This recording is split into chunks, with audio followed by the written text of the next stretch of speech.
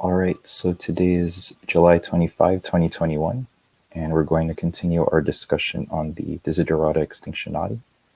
And we were just continuing, we had an earlier conversation about geoengineering and its pitfalls and why we shouldn't even try to do it. Or do you want to continue, Hugh? Yeah, Gary was making a point. Do you want to carry on with that Oh, yeah, sure. thought, Gary? Yeah, what we went through was geoengineering, and I was just pointing out that the sort of global predicament in every way, economically, environmentally, climatically, that all of these are like circular problems, and human efforts to kind of escape from the difficulties are just feeding back into the difficulty all the time. And the sort of underlying thing with all of this is that all of these attempts to do something about it are not going to get anywhere. And it seems to be the underlying thing that people have to wake up to regarding what the world's facing at the moment. And I was just going to suggest before we decided to restart there that maybe that's something that's going to be, you're going to have to demonstrate to the people, to Roger, to Faulty when you and the other people when you're there. It's just to pull them up by indicating to them that all of these plans to reset or to change, they're all modifications of a system that's got to go in its entirety. That you're not going to reform any of this, and you're not going to break out of it by, I suppose it goes back to that thing that Einstein was supposed to have said, that the same mind that created the problem is not going to be able to solve it, So, yeah, just going to say something like that. Well, it's, I think, a good idea to make a stand against geoengineering from our point of view, just because it separates out the sheep from the goats. So the real divide is between the alien cortex and the rest of our brain. And so if you actually buy in this narrative that there's progress and things that people have done are good, and that we split the atom was a great achievement that was good, and humans are in charge of their destiny, and all this kind of infantile bullshit that your grade school teacher might have told you. If you're actually too stupid to see your way past all that and to realize what fucking hubris it is, it's like humans were never in fucking control. A lot of this stuff is just the fact that people have become domesticated and not in contact with nature anymore. If you're out on a boat in storms and you see these electrical storms and the moods of the sea, and you think you can fuck with this thing, it means you just haven't been out in nature enough. It just means you're a fucking sick individual. It means that you are not really human. You've become so divorced from reality in your little cage in a cubicle in this urban environment that we are not adapted for. It means that you kind of lost. It's like these apes that basically have been incarcerated for too fucking long. You cannot release them again. They're broken. Now, a lot of people on Reddit and a lot of people, they are broken. Luckily, most of the world's population, particularly those that live in poverty, particularly those that live in the global south and in Africa and in India and stuff like that, those people are not yet broken. You can actually salvage those people. As for Britons and people that live in an urban environment like New York or Beijing or London, they probably fucked, and rightly so. So the fact that these people are, so deluded means that they probably are right off. And they're not any use. They're actually dangerous. Because if they do any activism, you should basically try and demotivate those people or just shoot them through the fucking head if that fails. Because if they do any activism, if they try and move and shake anything or do a revolution, it will be a revolution for control. Now, the basic ground rules that I hope that we can agree on as a, you know, just as the Extinctionati is that really we're probably heading for a big crunch that, you know, no one can avoid it. So it's, you know, it's like we probably passed the tipping points. I don't think we can really, you know, we can't avoid a big catastrophe at this stage. It's going to come. It's just what flavor. So we can still collectively choose, you know, what flavor of crash we're going to have, but we can't choose not to crash. We're at the stage where we're going to have to crash land this plane. And so, you know, we can deny that we need to crash land the plane. In other words, fly until basically it crashes hard and with uncontrolled, or we can try and do some kind of controlled crash. Now, the controlled crash that these guys like the World Economic Forum and the Klaus Schwab and all these, you know, bankers and stuff is they trying to do a controlled crash where they in control. Okay, I think that's going to be a fucking nightmare. And the reason is, it was a nightmare in South Africa. Your problems start when some psychopath decides that they're going to control the situation that's out of control. They are your biggest problem. So if you look at Katrina and you look at after the San Francisco, all these disasters, Puerto Rico, you name it, the biggest problem is the guys that are trying to keep control and solve the problem. They, you know, when people go to get baby formula out of the Walmart, they call that looting and they start shooting people. It's those people are mad because they have this demon in their heads that they're leaders, they're in control. It's their responsibility to manage this. That narrative is what basically causes all the trouble. The humans are spectacularly good at sorting themselves out at the local level. When there's a disaster, they give mutual aid. Everybody steps up to the plate. We're great at that. We're great at doing survival in about a Dunbar's number.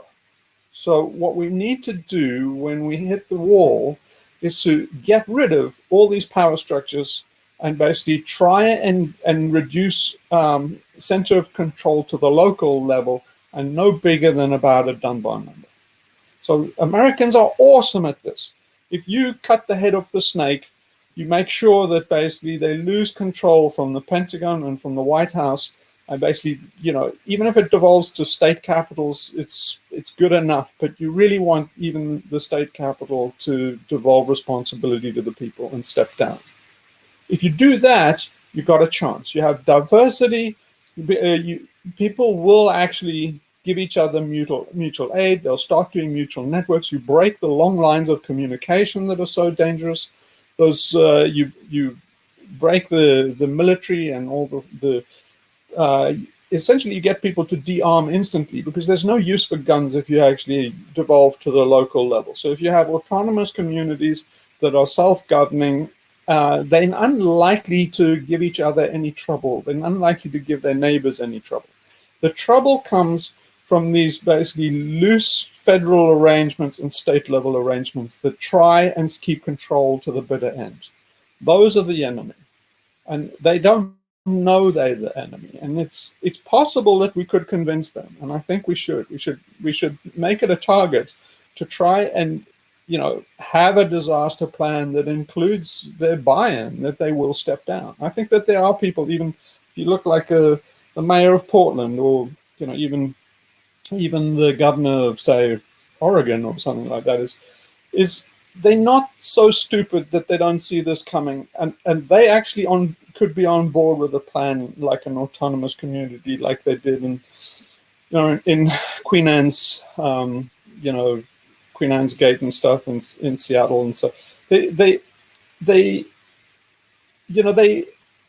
they're not that dumb. They might be dumb enough to send FEMA and the National Guard, police, fire, and stuff, get them to stand down, just defund them and send them home.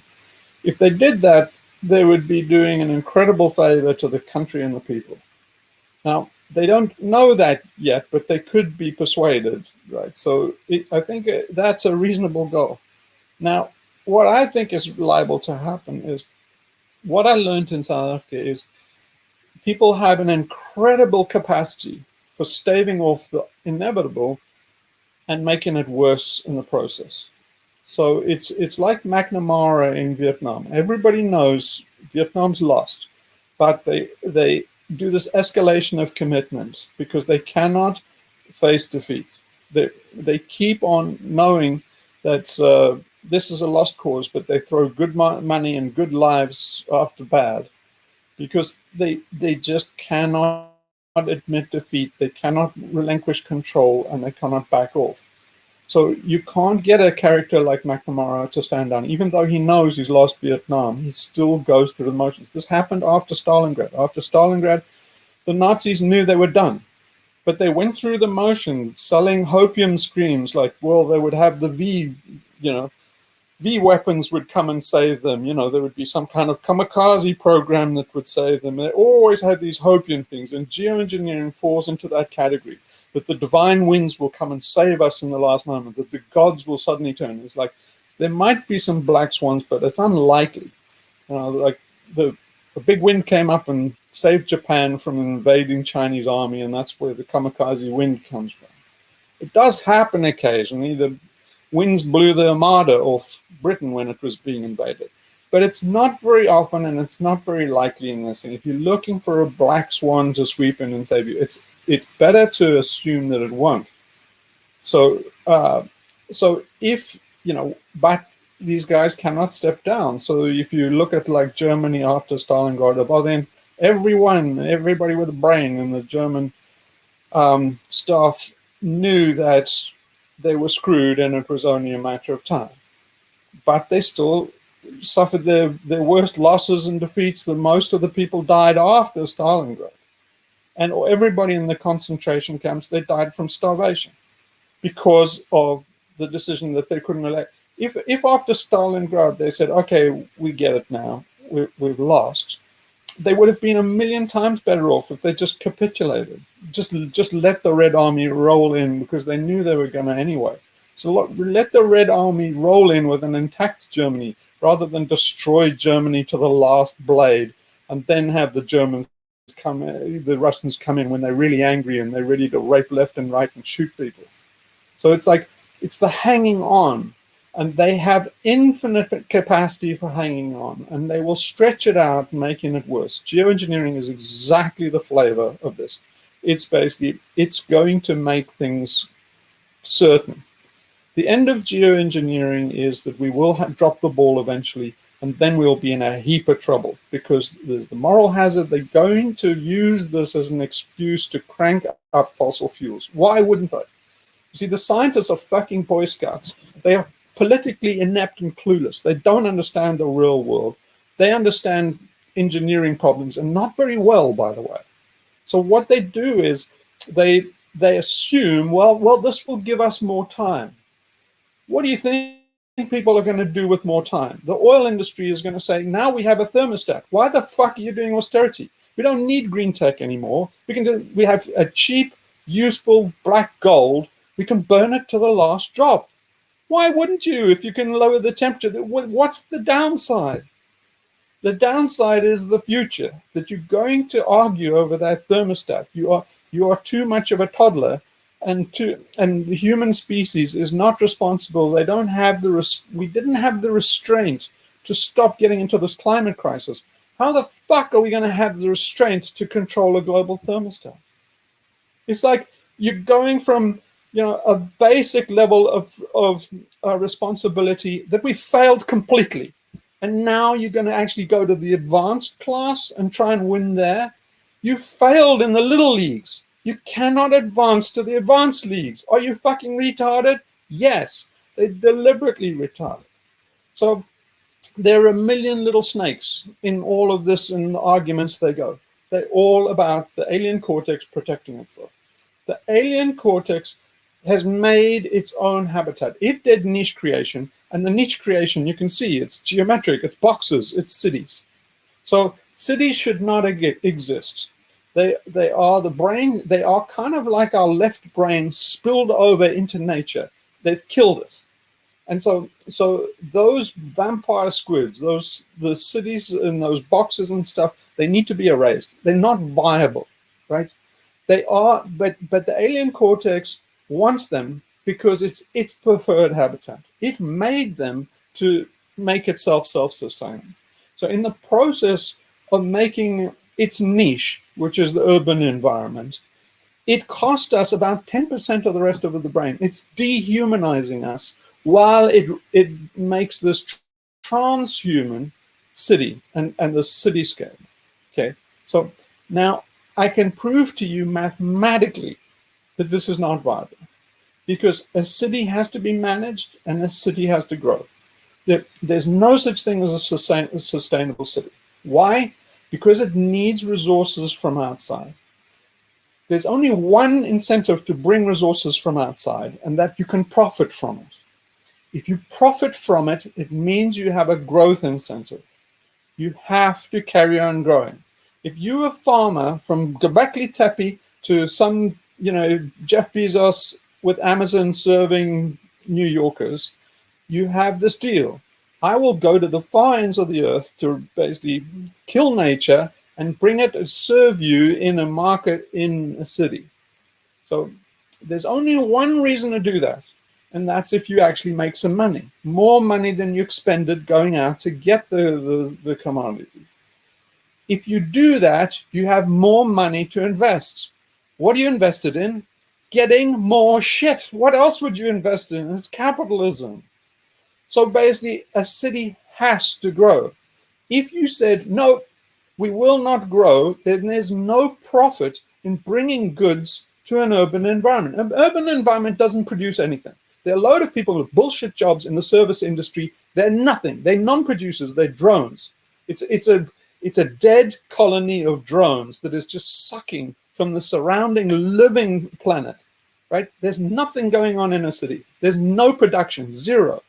They say, well, soon the service industry will create as much GDP as the rest of the economy. That is not GDP.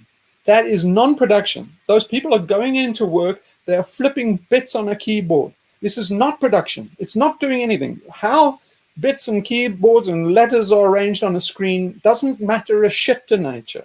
It's not production. If I write Shakespeare, all I've done is I've rearranged letters in a fucking document, right?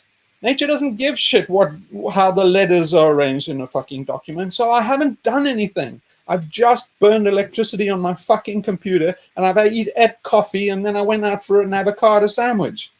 So basically, I'm sitting there like a cunt, just tapping away at a keyboard. That's actually unproductive, but it's counted as big on GDP. And then I fucking go and get an avocado sandwich that some arse like Jeff Bezos got from South America, put on a plane and flew here, right? There's only one reason he does it, because then he gets more money and he reinvests it in more avocado sandwiches and more planes to actually bring them to New York. And that's the reason why they grow it, right? So if you say, no more, we just have these silly cunts that are doing nothing except consuming in New York, and nobody's allowed to profit from bringing them all their goodies. Why is anybody going to give them any goodies? They're not going to do it. So this whole thing doesn't work. Now, people just don't understand it. And some people are incapable of understanding it for about 4 reasons.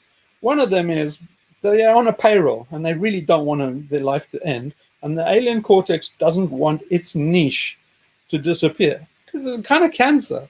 It doesn't want to be cured, right? So those people are irredeemable, right? The thing is, they all go away when you pull the plug. This whole thing runs on the grid, right? This whole massive infrastructure, the global networks in the global supply chain, they all rely on electricity, the grid, and increasingly cybersecurity. Okay, so just that alone means that they're as good as gone. They're one serious cyber pandemic away from over, right? So anybody that's relying on the grid, if you know, in an ICU unit, or you make your living on a computer, it's not sustainable in any long-term respect, right? So therefore, these people either have to realize that and make other arrangements, or otherwise they have to have the grid pulled out, either by eco-charge, by war, by some way you're going to lose the grid, right? Look at South Africa, right? If you go to South Africa now, the grid is not staying up, because the reason is they're not investing in infrastructure. There's financial problems. There's instability, and they're getting water problems. What that means is the government's going broke, and they corrupt, and basically they can't keep generating power. So they're brownouts, they're blackouts. People have to live with that more and more. That's a problem that's going to get worse and worse. It's not going to fix itself, because basically the whole situation, the global situation, is getting worse. So you have to imagine yourself in one of these big cities in America, Beijing and stuff. You're going to get interruptions to the power thing. You see, it might happen abruptly, or it might happen intermittently. You don't know, but you know it's going to happen, because we're probably heading into serious financial instability, maybe deliberate. But either way, imagine power companies and the utilities. They're going to go bust, right? They're going to close down. It can get to the stage where it's capping too fast and too unmanageable for the central government to do anything about it. The central government is really stretched. If there's a serious financial crisis, and say power companies and stuff in the US don't have enough money to pay employees, or get coal or other raw materials to burn and stuff, if there's that kind of financial crisis, the federal government will be seriously stretched to say, ring up, Edison and say, PG&E, and say, excuse me, okay, well, we're going to give you these little notes, and it's sort of government promises, and you use them and see if, basically the shipper will send you some coal. But, just tell them the federal government is guaranteeing you a shipment of coal, and they've got to go around the houses doing this for about 6,000 power utilities. It's like, it's not going to happen. So basically, so it's vulnerable from so many ways. Now, what they're likely to do is they're going to try and prop it up every which way possible. And the first of them is they're going to try and engineer the climate. Now, all of their solutions, the danger is not that they won't work. The danger is they will. They will all work, probably, in the short term. The problem is they're trading the short term for the long-term consequences. They're borrowing from the future. So geoengineering is just fixing the problem now, with the expectation that everybody knows it's going to be worse later. What they tell the kids and themselves is, but technology just keeps on going from strength to strength, and soon AI will sort out the problem. It's a lie. AI is bullshit, right? Quantum computers are fucking snake oil, right? There's these load of fucking lies, that none of this stuff, even fucking Neuralinks implants, they're a trick. They don't fucking work. Nobody's going to fucking put implants in your head and make fucking cell phone calls. They're lying. Elon Musk is a fucking grifter. So basically, they tell all these lies saying, well, human ingenuity and technology is moving so fast that we'll sort out the problems later on. And that's what they've always said. And guess what? They've always got worse and worse later on, and bigger and bigger. And now there's a super wicked thicket of problems. We're in a predicament that we cannot get out of. Nothing can help us now. And so basically, but they're still telling the same lie. So the important thing is when people defect from the lie, when people say, like, I've had it with this shit. That's the Ceausescu moment, right? So Ceausescu ran Romania for 40 years. Bullshit, bullshit, bullshit, bullshit. Same old bullshit. Everybody knows. Everybody sees everything getting worse. Everybody listens to the bullshit. Nya, nya, nya, nya, nya, all this shit. And all the same old people saying, you know, oh, it'll get better. This is just a teething problem of communism. It'll all work out later. And so everybody knows it's bullshit. The nya, nya, nya, nya, nya people are the loud ones. The quiet people are quietly resentful. They're stewing, and the number of them are growing. Eventually, Ceausescu stood on a balcony and said, you know, everything is good, and blah, blah, and on live TV, somebody booed. That broke the spell. The whole square in Bucharest, 80,000 people broke into boos. That's something you could go to jail for or die for, right? The guys in the TV stations, they didn't switch the TV off. Basically, the political operatives, or the version of the Stasi, they came and tried to get the television shut off. They didn't shut them off. They rebelled. So all over the country, millions of people saw the forbidden thing. There's a fucking old man on a balcony, and these people booing and shouting and screaming at him. He was gone. Gone. They broke the bloody spell. So it's all about a spell-breaking moment. So we need to get a narrative to get people to the point where they stop believing the stupid progressive spell, that they snap out of it, right? That's our task. And our secondary task is to make sure that we have some kind of resilient safety net. So when all this fails and goes pear-shaped, we will have some kind of mutual support network and basically a formula for how to actually devolve. So we need basically to have a trigger when something happens, you know, like we're heading for dictatorship or totalitarian. The day it goes totalitarian, we have to be ready for a vast network of as many people as possible to unplug, that they know the drill and they know the moment. You give the keyword and you say, now we unplug, we decentralize. So some cunt like Trump or something is left in the Pentagon or in the bloody bunker at the bottom of the White House and saying, like, where's the governor of fucking Seattle? Where's the fucking governor of California? And say, we can't get them on the line, sir. They unplugged the fucking grid.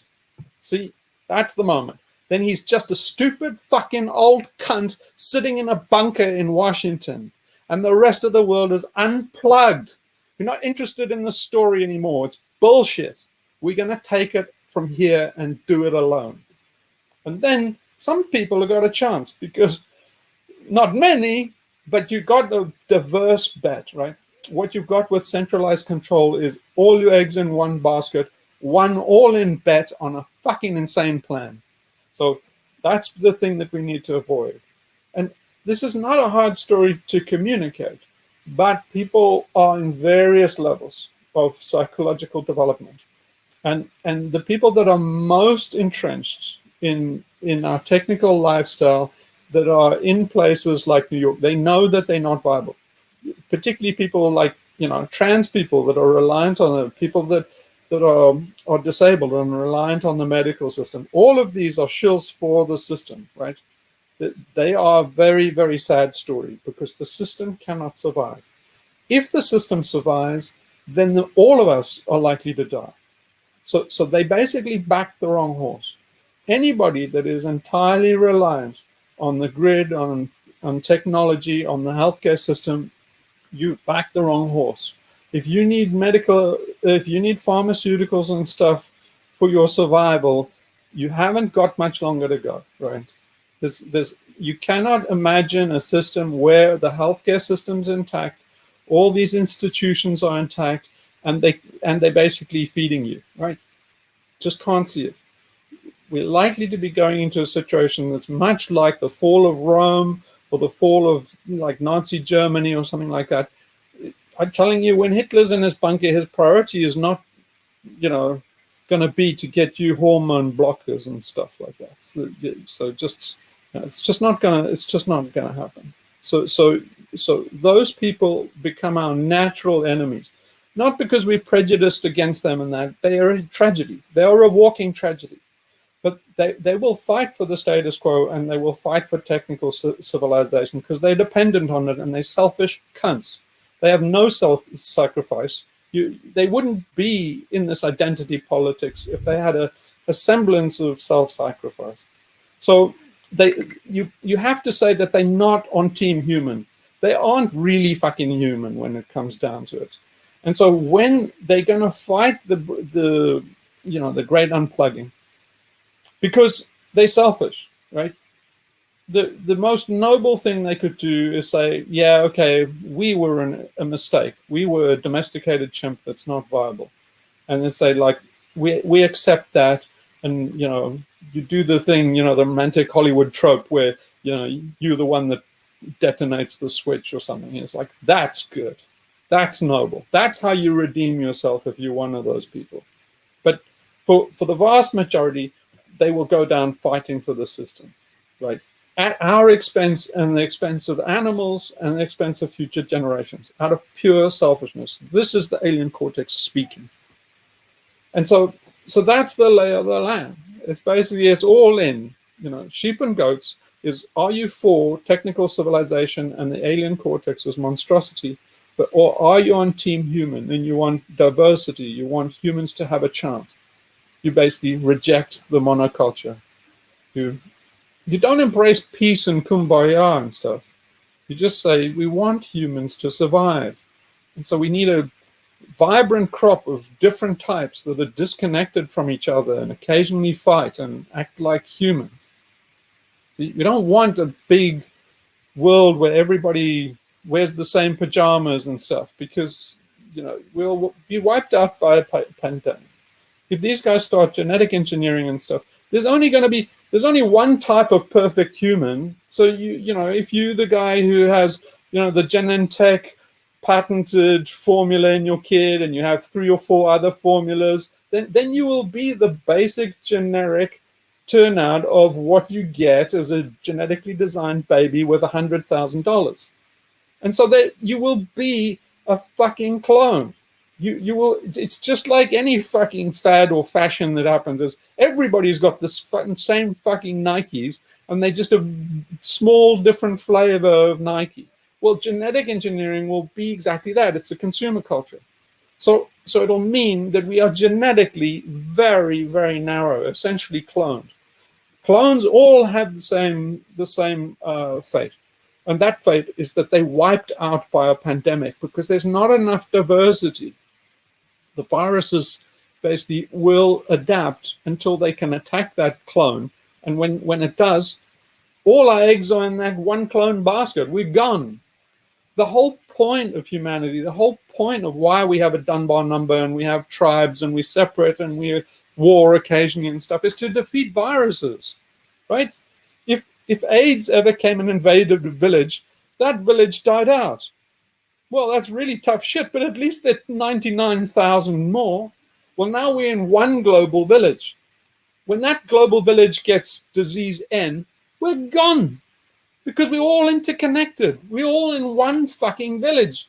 We have to get back to 1 million villages. Otherwise, humans don't have a chance. So then you can say, well, does it matter about, the climate being... Yeah, look, the climate is gone. We passed the tipping point. Our best bet now is to just make sure it doesn't get worse. I think that we probably headed for basically finding out what the new stable regime is for the climate at this level of CO2 and greenhouse gases. So in other words, we're going to reach a climate sensitivity and no one knows what it is, but let's pretend that it's around 3 degrees. Well, some people might scrape through, but they ain't going to scrape through if we start geoengineering.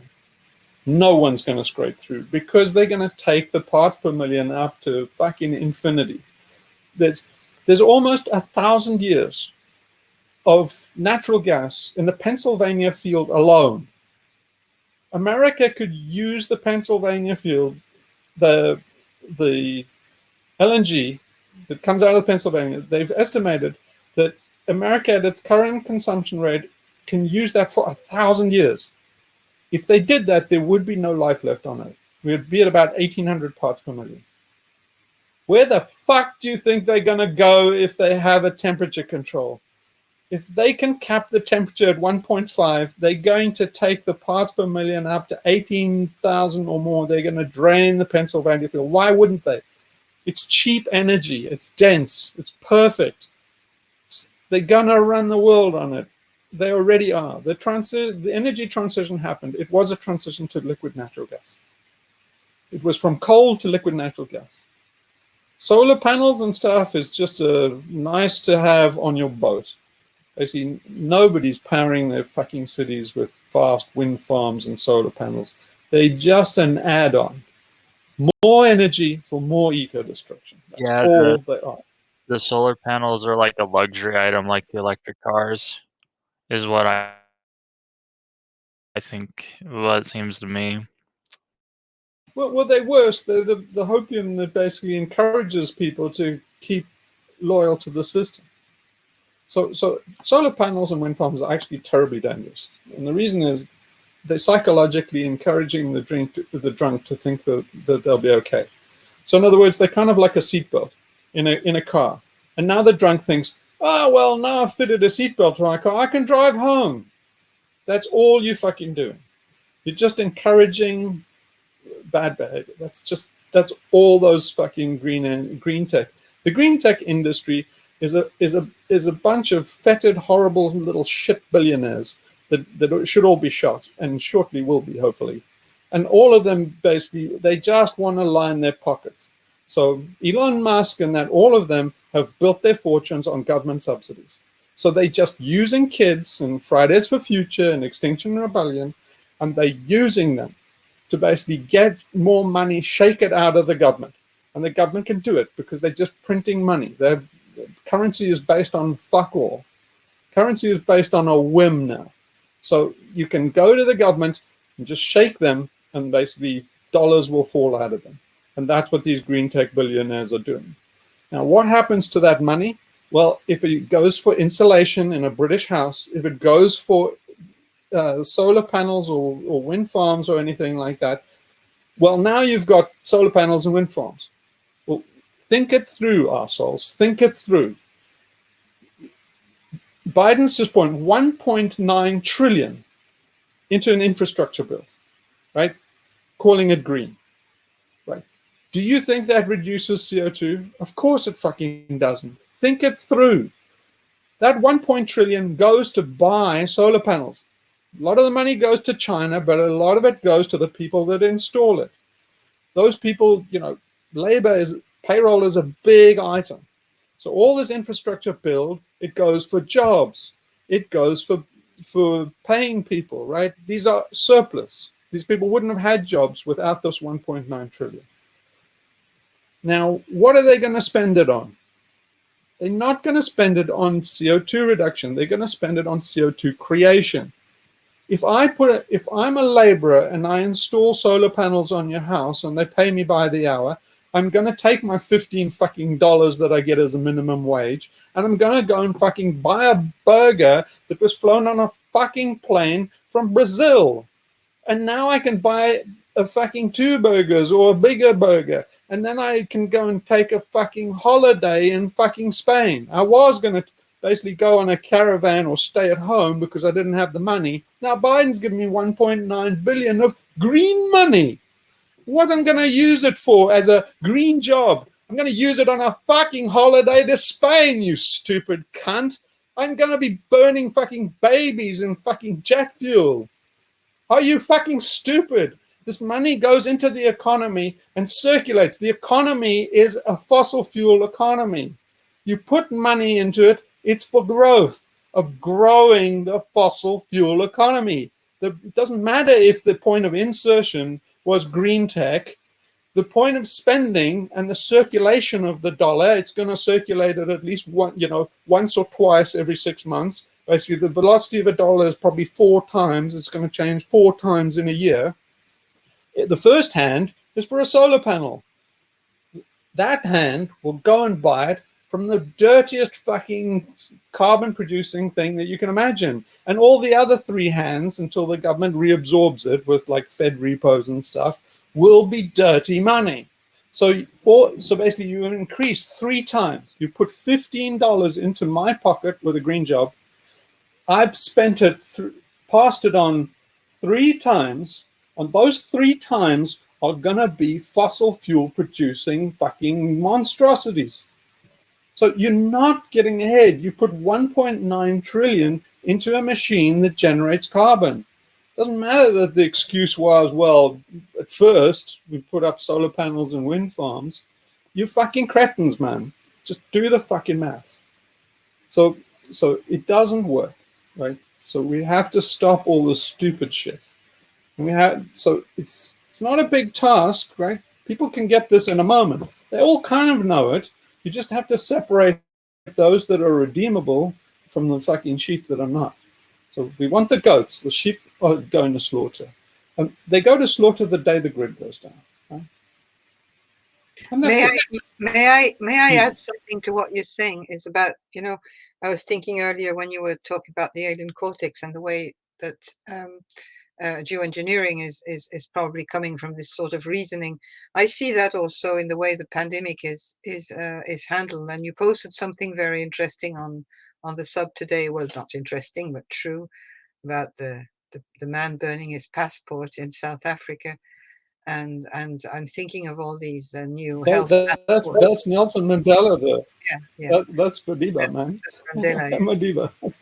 But I'm thinking about all these people, and I've been talking to some over the last few days who are scared into getting a pass, whether in all sorts of parts of Europe. And don't you see in that also the working of this logic, this kind of, would say, alien cortex way of thinking, that we're going to have a society where there's going to be people who have got a passport, who are going to be clean, and people who are not, even though it's not substantiated by any science or anything at all. And it's going down like very easily. I'm seeing people who are just starting to just morph into this new reality and say, well, if I want to living meaning consuming, and doing all the things you said, buying burgers, going to cities and stuff like that, or holidays to Spain, only under the assumption that the health passport, or the, how do you call it, I don't know how it's called, COVID passport, I don't know the name of these things, is instituted. Health passport, I think they call them. Yeah. And it's the same thing. It's the same thing as geoengineering, really, when you think of it. It's just giving a sort of a cure for saving the economy and continuing to live in a totally crazy way, and traveling and everything like that without. Do you follow me? Oh yeah. You see the why you see these echoes. You see these simulacrums. Where the reason why you see these simulacrums coming over and over is because the alien cortex has an idea of order and control. So it wants everything to be predictable. So before, dictum is basically word. So it can say in advance what's going to happen. And the reason why it wants to say in advance is that there's no risk. So it wants control and it wants order because it can't afford to have risk. So as a plantation owner, or even a farmer, your enemy is risk. So all the shit hit the fan when we started agriculture. And so the farming mentality is taking risk out of the system. If you see right back in the beginning of like the Old Testament, they're not asking for long life or a boon or anything. They're asking for like, will my crops please grow? Will we have a bumper harvest? They're all farmers. They all want, keep my flocks safe from the wolves and stuff. It's basically the trade-off for farmers was that they needed security and predictability. They needed predictable rains. They needed everything to go like clockwork, and then farming works. Farming doesn't work when things are unpredictable. Now, I think what happened, as far as I can tell in my research, is they knew that we were in big trouble since the 50s. By the time of the Club of Rome, they did modeling. The cyberneticists, Forrest, the guys in the Club of Rome, the Macy Foundation, they looked forward to see where we headed with this. There was the time of Ulrich and the population bomb, and they knew about peak oil. People were looking ahead to the risks. And they decided that there was severe instability coming around 2020. So from about 1950, they've been thinking, okay, completely linearly, because an alien cortex is completely linear. And so then they're thinking, instability is coming. Instability is risk and trouble. Therefore, we need control. And so they started from the Club of Rome as, how do we get control of this situation? Well, they've been working on this for 50 fucking years now. Basically, for my entire life, they've been working on how do we get control when this scenario hits the fan. And then lately, these guys in like Extinction Rebellion and these kids just, learn about climate change and then, get concerned, and 3 months later say, oh, we must do something about it. Well, you're 50 years too late to say what happens, because they decided what happens. And fucking obvious what their decision was is, how do we keep control? Now, you can see in document after document, you can see in like the Rockefeller Foundation had a key document that you can see in the Council on Foreign Relations, all these think tanks from the RAND, all of them put these scenarios forward. And they all had the same kind of feel. They were like, we could go this way, we could go this. So in that crucial Rockefeller document, it had 4 scenarios. When you read the document, you think that they're saying we must try for scenario number 4, which was all, roses and light, basically what XR wants, that we would have a regenerative society, that everybody would work together, that all the, we had global government, there'd be, participation between nations, and everything we'll all work together and stuff like that. And then basically it said in that then the downside of that, he said that then there's too much autonomy. Everything's too decentralized, and basically there will be a loss of central authority and a loss of control. Everybody looks at the nice rosy picture and thinks, oh, that's where we headed. They say, no, they rejected it because of that little byline. It said that it would be lack of decentralized control. They are the centralized control. So they went for scenario number 2, which is called lockstep. And that said, well, there'd be fucking chaos everywhere. There'd be ecotage. There'd be anarchists running riot. But what it said in that was, but with, they can mitigate everything. There can be centralized control as long as it's strict and authoritarian. And they went for that one because that was their preferred one. You see, the streets can go to shit. If the golf courses are still running and you're still getting champagne, you don't give a shit, right? I'm with all these guys with their fucking helicopters on their super yachts, right? They can, their super yacht can just plow through fucking everybody. They don't give a shit. I'm telling you, man, there's a super yacht here. I swear I thought it was a fucking military frigate. It has a fucking gun on its deck, right? It's a private fuckhead. It's a private, he's got a fucking frigate, right? With a helicopter on the back and a fucking gun on the front, right? He's a private tit that sits there in a cravat talking to his ugly fucking plastic Stepford wife. Those guys don't give a shit. They don't care what happens on the street. They don't care about your NHS. They don't care. We're fodder. There are too many of us. We're surplus. They don't give a shit. They don't give a shit about the guys in white tunics that are fucking serving them steaks. They don't care about the fucking steak on their plate. They're predators. They're vampire squids, right? These guys are not human. So basically, those guys have a plan. And guess what it is? We will stay in control to the very last, right? Because in their formula, if they lose control, life isn't worth living. Especially your life, and especially every other critter on this planet. Those lives don't matter compared to their control. So that's the problem. Those guys are the problem. It's that control narrative. And how do they sell that control narrative to all the sheep? They say safety. You need us. You need centralized authority. It's just like the fucking V movie. You know, you need to remind them why they need us. That's what it's all about.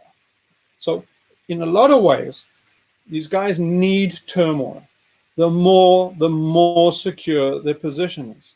So look what happened on January the 6th. I don't know what the fuck went wrong, but we almost got to a situation of tyranny in America.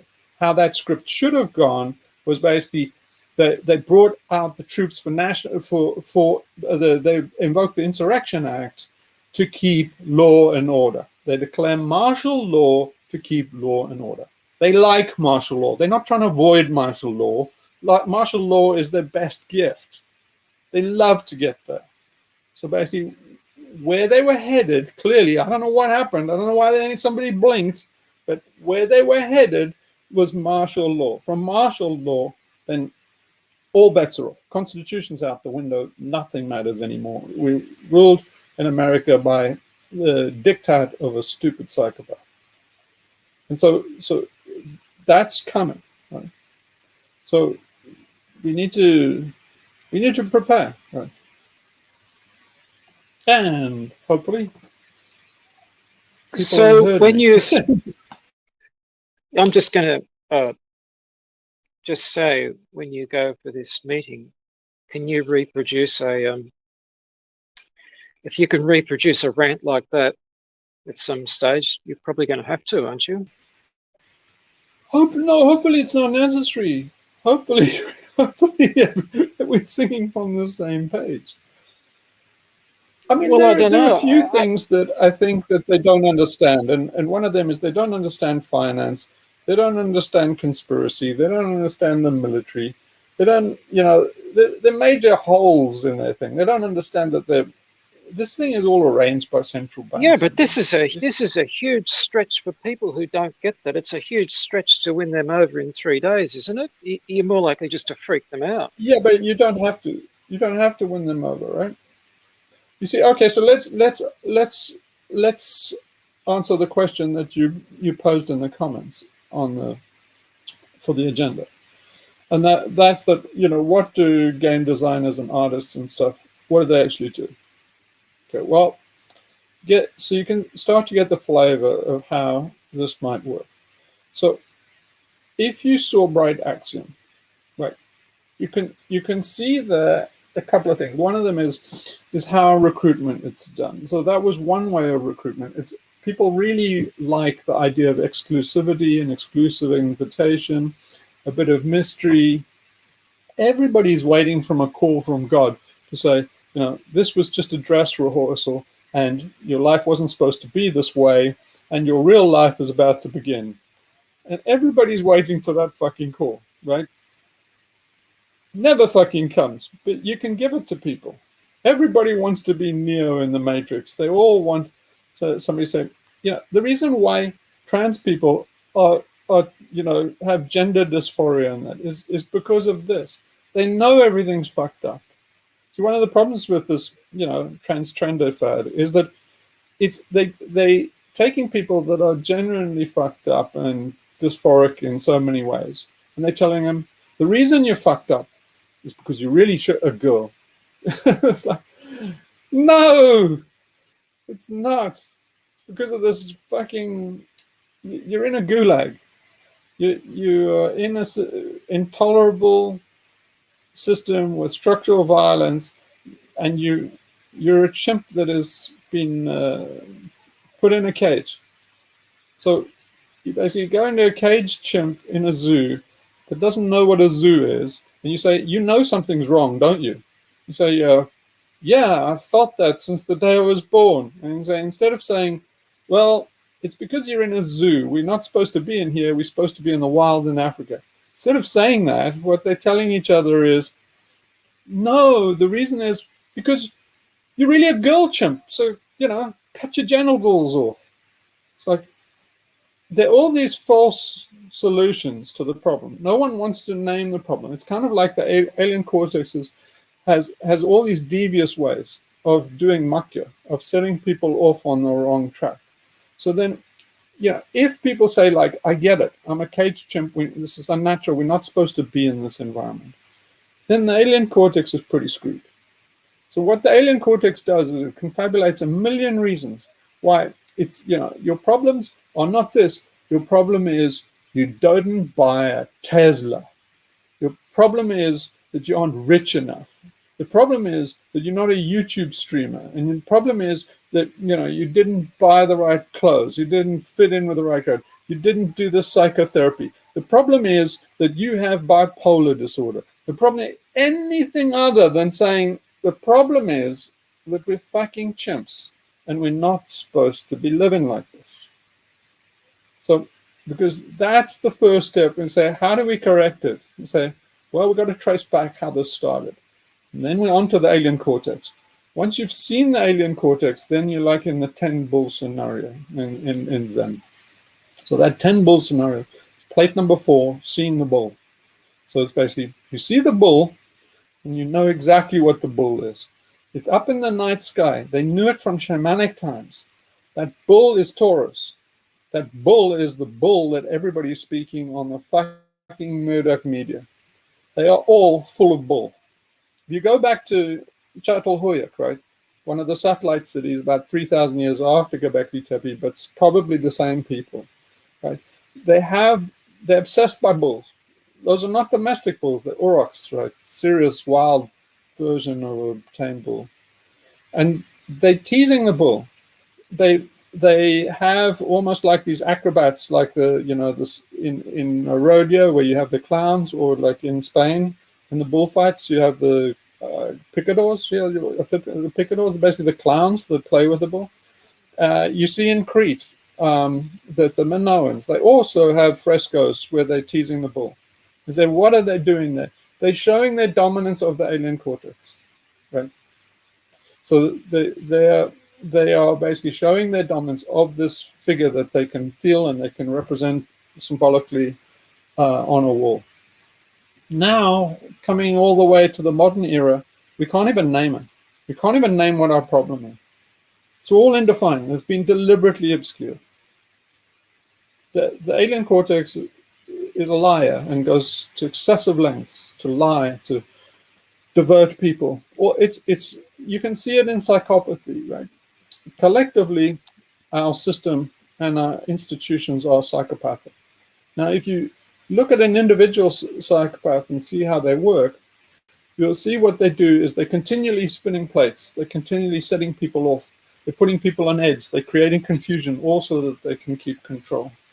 Yeah, but just thinking about what you were saying when we had a brief exchange, and you mentioned something about TERFs, trans exclusionary radical feminists, which I hadn't been very familiar with. So I read the Wikipedia article, and during the course of that article, it explained that the term TERF can be taken pejoratively. And very interestingly, it also said that the term cis, CIS, male, female, that term is also pejorative. And this just connects back, I think, to what you were saying a minute ago, because I thought, yeah, in a way, because once you say somebody is cis male or cis female, what it's doing is it's pathologizing normality.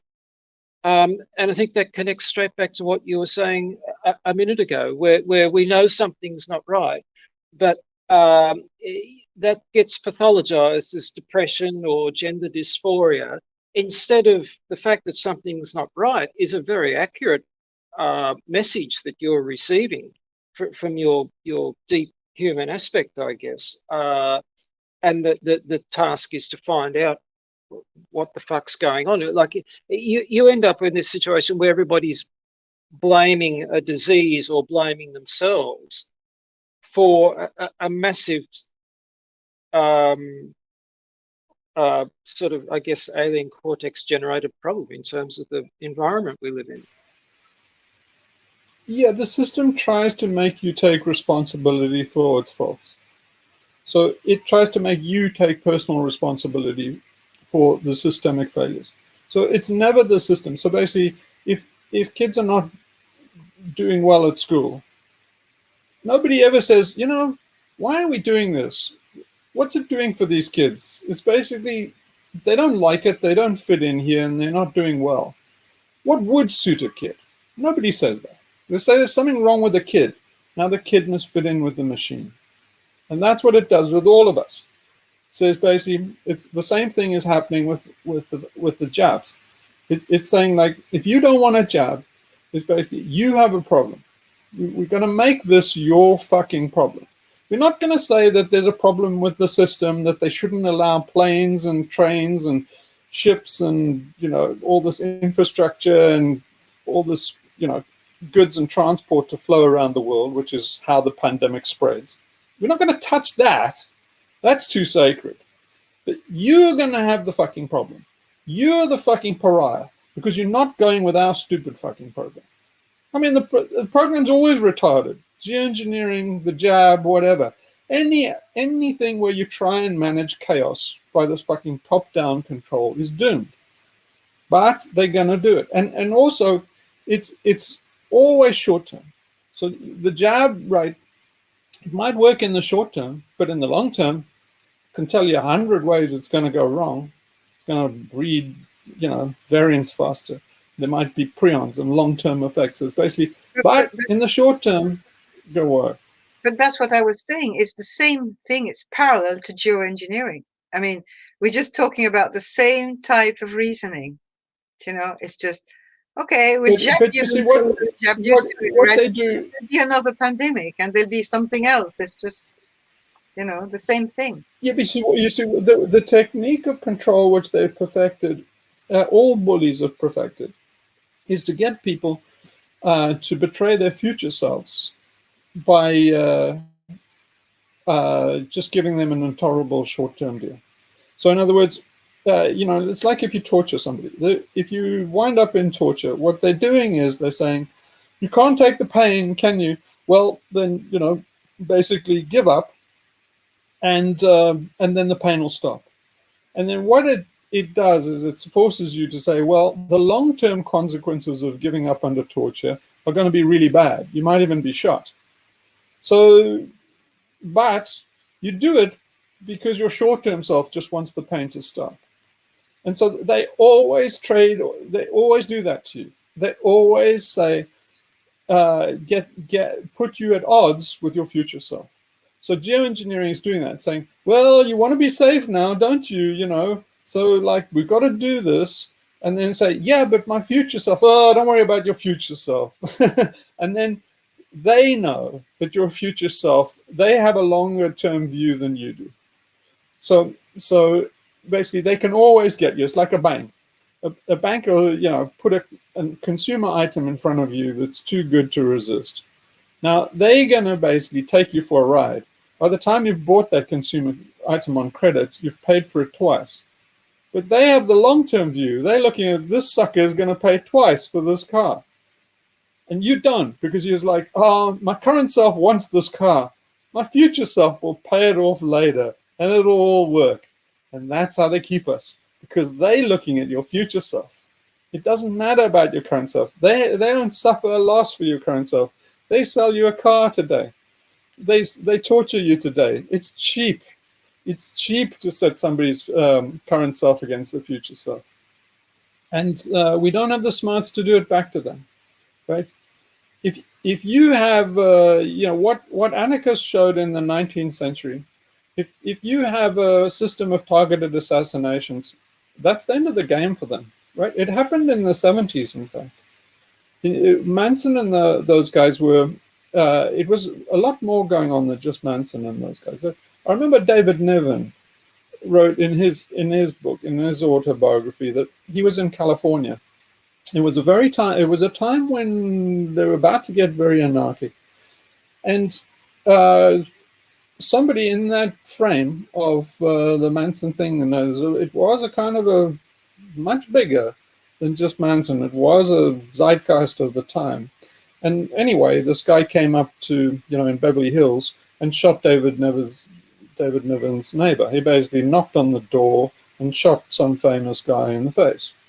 And then David Niven and all these guys, it changed Hollywood, it changed the way the movies worked, everything. They didn't say so. They made up a story afterwards.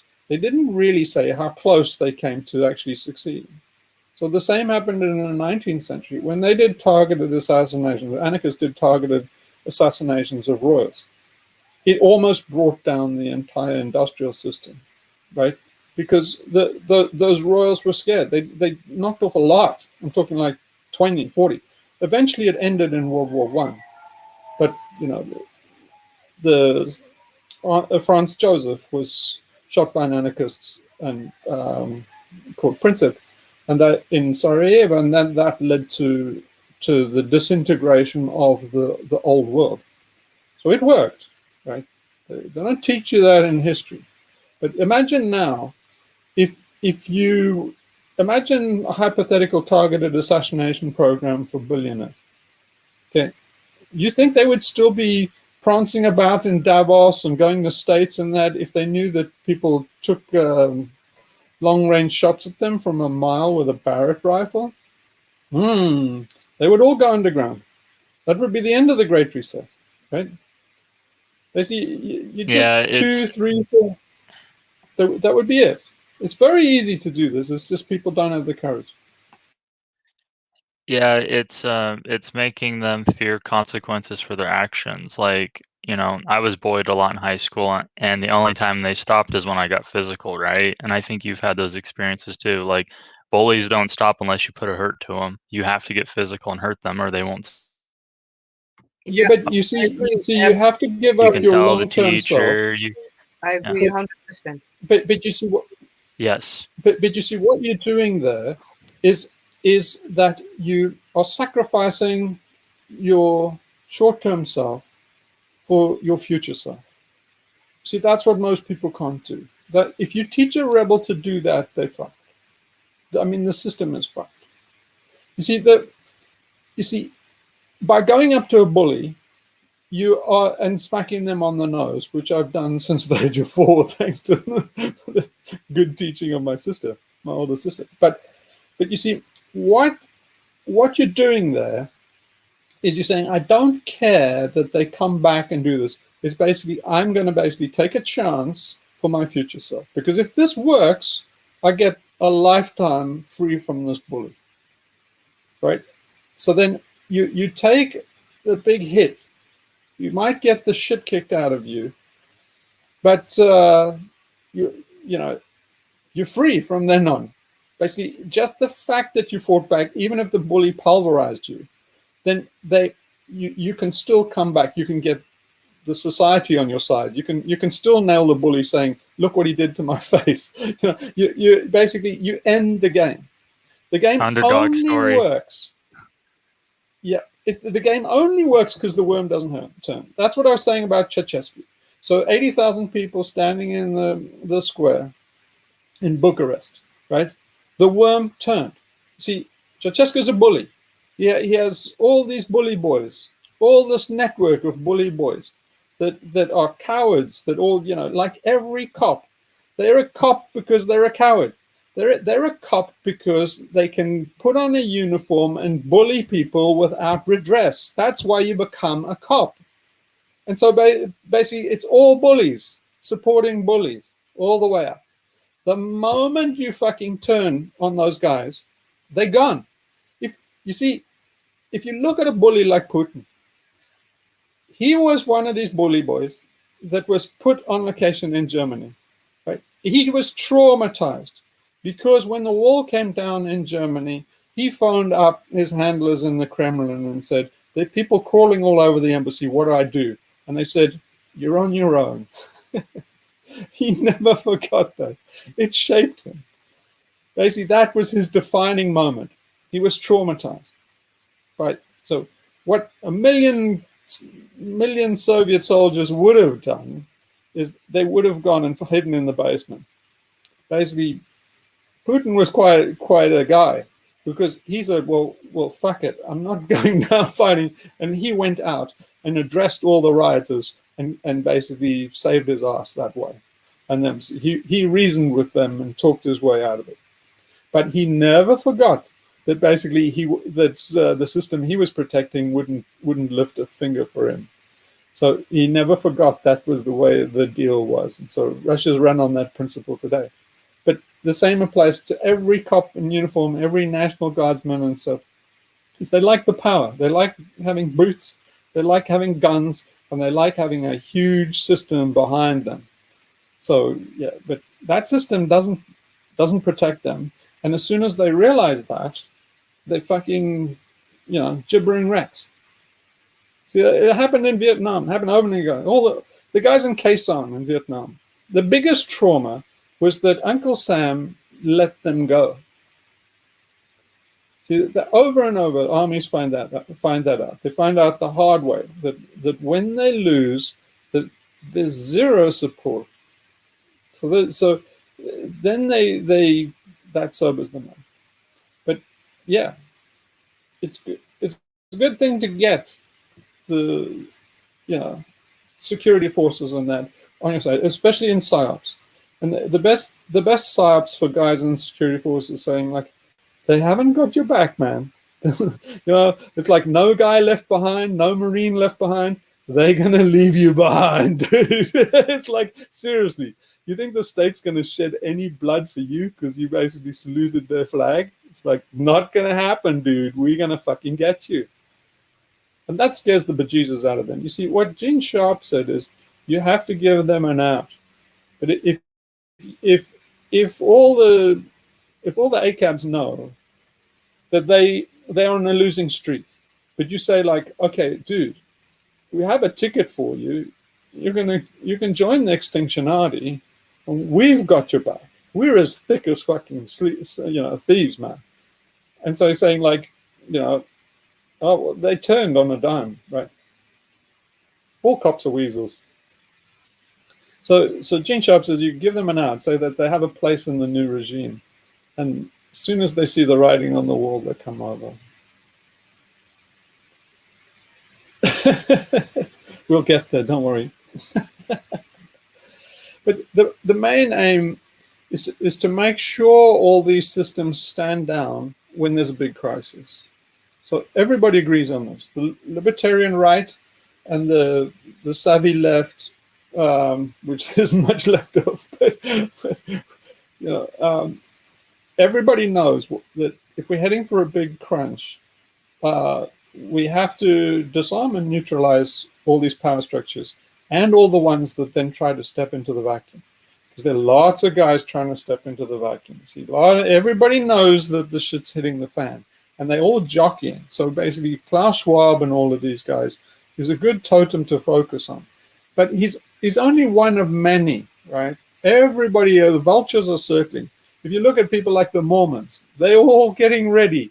They have 100 million war chest to give to Mitt Romney or whoever turns out to be their pale horse.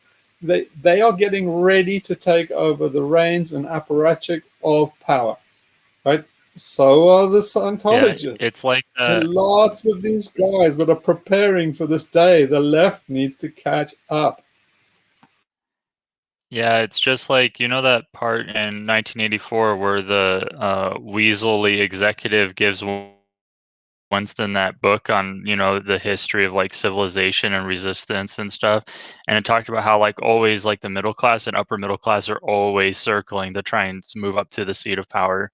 And it always goes that way. And then the working class and the slaves and all that always get screwed by it. Yeah. Every revolution turns into a counter revolution. And well, you see, the thing is that after, say, the Velvet Revolution or the revolution in Romania or after Tahrir Square in Egypt, that there were lots of people that were positioning, right? So in Egypt, it was like the Muslim Brotherhood and the army. So the people do the dirty work and overthrow the government. Then the guys who take over all the vital infrastructure, the telephone exchange and the power station and the police station and the post office, the guys that do all that, they rule. And the rabble are just disorganized, right? So they don't even know what to do about it. As far as they can't even identify it. They're just like, hey, our guys have taken over the telephone exchange. Like, found out later. It's not really our guys. These are guys who we've never fucking heard of. They have their own fucking name. Where did they come from? Well, they've been in the middle tier, organizing, waiting This for goes the. this goes back to something I think we were talking about regarding Uncle Ted. There was something, an article, and I made the comment that there was a part in the article, I think, where it said that he had a political agenda lined up as well to bring into action after, demolishing the whoever was in control. And I think you made a comment that you were surprised to read that, and I was too. But maybe what he meant was just what you were talking about, what you just said a minute ago about the left not having grasped the fact that it's not just enough to spring a revolution, but you've then got to have a strategy for filling in, occupying those spaces that the opportunists, the authoritarian opportunists, will jump in on. So maybe Kaczynski didn't actually mean so much a political agenda as just a plan for what you do after the revolution to stop it from being taken over. Yeah, plan for filling the vacuum. So all those guys are power hungry opportunists, and so our situation is different. And so see what those guys did. You see, like Yeltsin, all these guys, they are senior to, they're kind of second tier apparatchiks. So they know the system. They have the talent and capability to take over the factories and the infrastructure and all the utilities and stuff like that. So then what they do is they take it all over and they asset strip the country. So what happened in the Soviet Union was they privatized everything. It happened in Egypt too, in fact. It happened after the Arab Spring. Is they privatize everything, they asset strip it, and they sell it to their buddies for small change. So they all become rich. And then they become an entrenched plutocracy. Now, our situation is a little bit different because we have no desire, hopefully, to be any kind of entrenched plutocracy. There's no win in it if there's environmental collapse coming. So environmental collapse changes everything.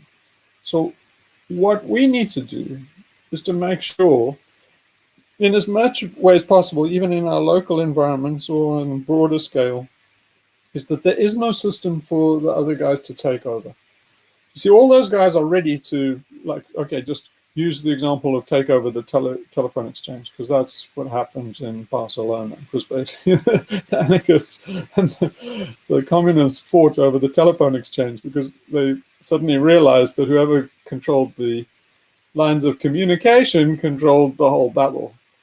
And so there were lots of, a fierce gun battle broke out over it. But in essence, it's the telephone exchange, but assume it's like the internet.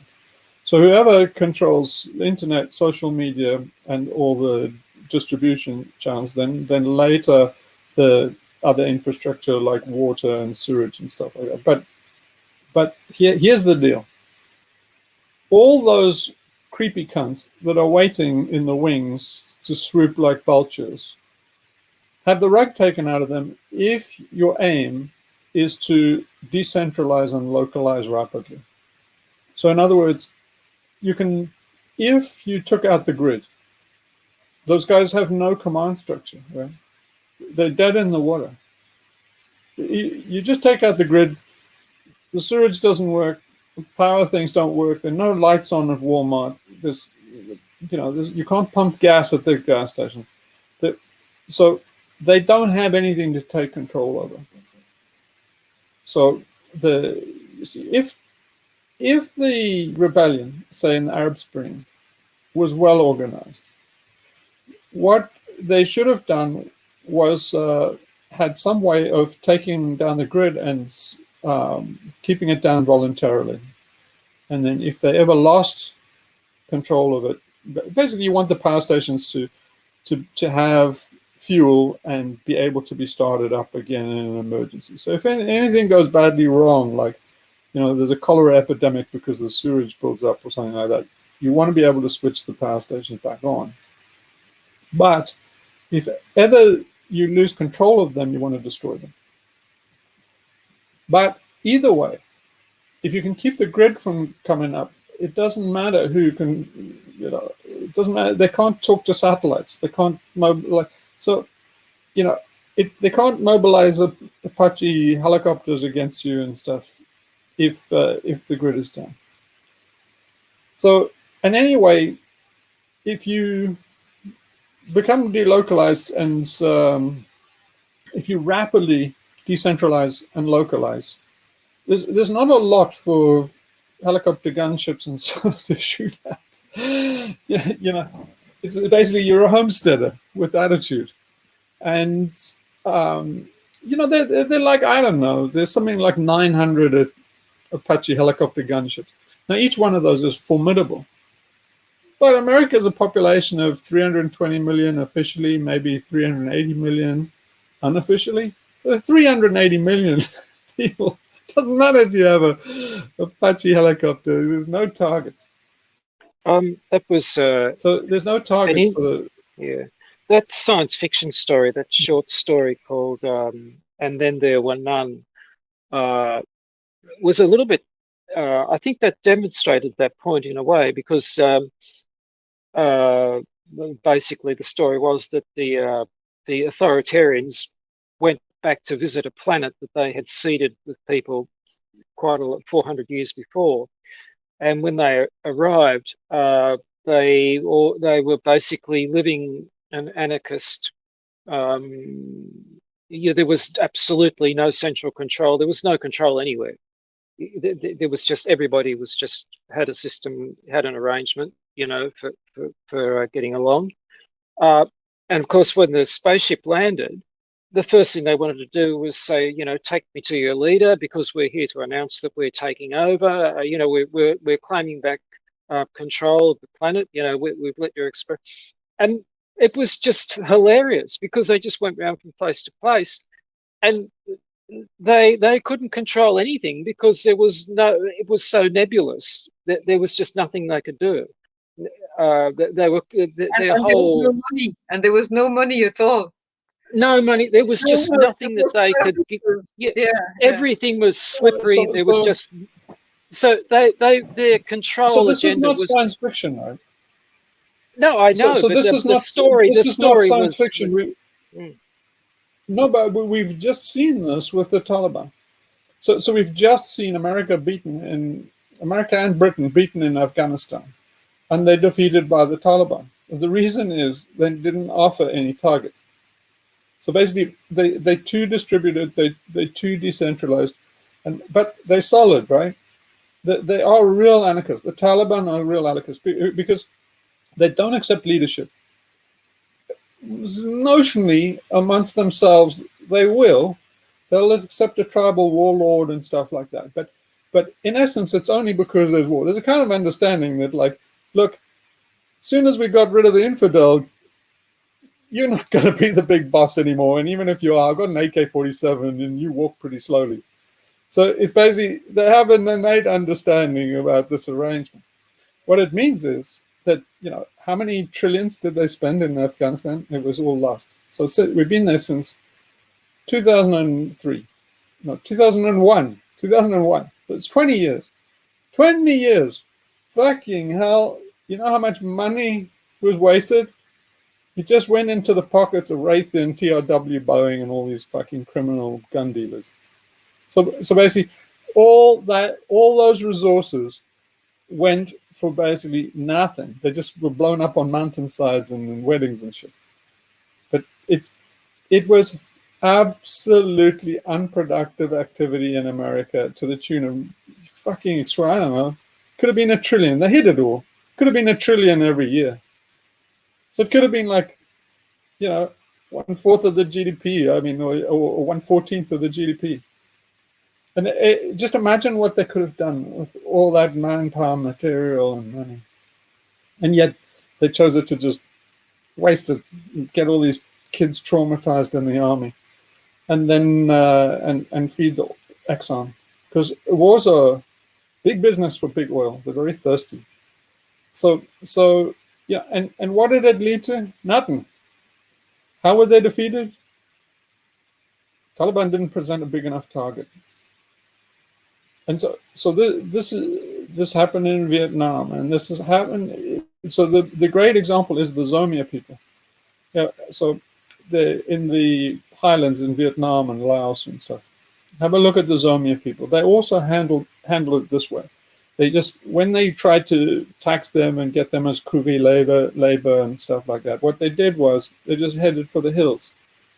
And then there wasn't anything to attack. They didn't have towns. They didn't have granaries and shit you could attack and stuff.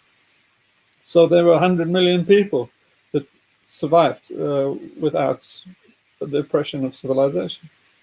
And so yeah, it can be done. But those Pashtuns and things, the partisans and stuff that defeated the British and then became the Taliban, they were always very militant.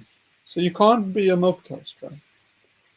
You have to be fierce, you have to be egalitarian, and you have to be distributed. With a lot of loose networks, right? A lot of loose mutual support networks. But yeah, you can defeat Rome with that arrangement. And we will.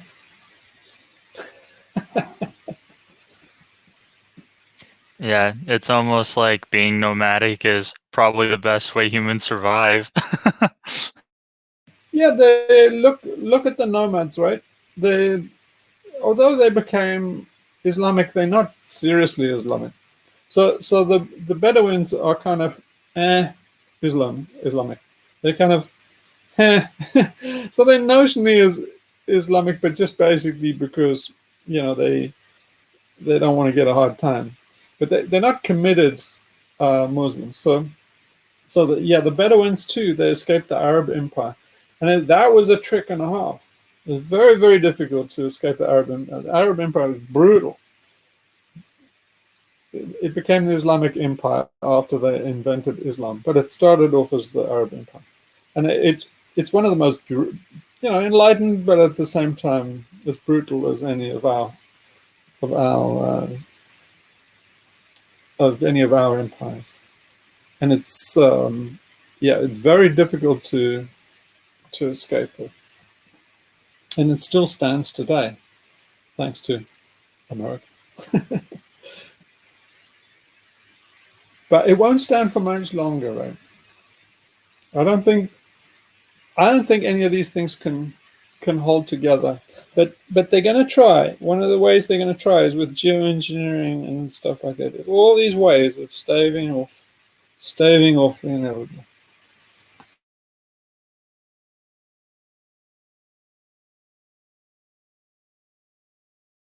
Well, has that done it? Are there any more questions, or should we end it on that note? Yeah, I think this was solid. I can't think of anything. Well, don't let anybody on Extinction Rebellion say that there is no plan or nothing that you can do. It's the plan that they don't like. It's the plan they don't like, I think. Yeah, because they technophile. But you see that I think the final showdown has to be between Team Human and the technophiles. And so there are a lot of people that currently think that they're allies that will find themselves divided. And so, but I think that the divide has to be that way. I don't see. You see, it makes a simple narrative: Team Human and life against cyberneticists, transhumanists, and death. It's just the easiest narrative to do. It divides the room 50-50, but just think about it. It only divides the room 50-50 in a bunch of people that are not viable in the long term. So if you went to India or Africa or something and proposed this plan, the room would be 100% in your favor. So in terms of the world, it doesn't divide the world. It divides 1% of the world from 99% of the world. So it'll divide the room in London, New York, Paris, Beijing. But it divides the world 1% to 99%. See, that's part of the narrative is they're paternalistic, and if the grid goes down, all the poor people in the global south will suffer. Suffer what? A few tears for you in New York, maybe. That's it. But they'll be laughing, baby. Laughing. You want to know what you can do for the global south? Unplug the global north, you stupid cunts.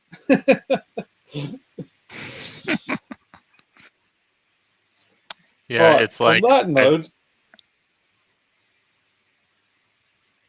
go ahead. Yeah. oh, okay. Yeah. One of the things I thought of that was interesting was like I was talking to somebody and I was like, yeah, civilization is basically a hedonistic, death-denying fantasy for the 1%. Yeah, no, and it is a complete fantasy because these house slaves are not in on the game, right? They've sold out for pennies. They sold out for a few shiny trinkets. They're not having a good life. They have a life in a cubicle. It's a life not worth living. But they sold out for it. They sold out for a bit of healthcare and a few promises that we'll have flying cars one day. But like, what a bunch of stupid saps! Because they're not insiders. Like They Molly can't from afford it. They're just debt slaves like us that don't know their place. yeah, like Molly from Animal Farm, that horse that just like left the Animal Farm for more sugar cubes, just going where the sugar. And wound up in the glue factory. Wound up in the glue factory. Uh-huh. So, yeah, so they're all mollies, man. They're all a bunch of mollies. But look how few they are, right? And take the middle class. So and also the Great Reset and the financial Great Reset. It's hollowing out the middle class. So we're heading for e-feudalism. So the middle class is in Europe is holding together a bit, but in America and the rest of the world, in China as well, the middle class is going to be hollowed out. And so those are the only guys that add any bulk to the story that, you know, progress is a good thing. It's like no one at the bottom thinks so. And the only people that are really benefiting are the 1% in the OECD countries. So the 40% of the middle class in the OECD countries, they're not really benefiting. Not in any meaningful way. College education and retirement, it's all a big fucking... Well, I suppose the question It's is not how quickly will they wake up and become radicalized, or they're just going to be terribly slow about it. We must think of this, that they are actually the enemy, and you probably don't want them to wake up. You see, don't forget they're not very viable, and this lifeboat is actually overflying. So if you're looking for people to jetson, it's the fat fuck at the back with eating all the ration.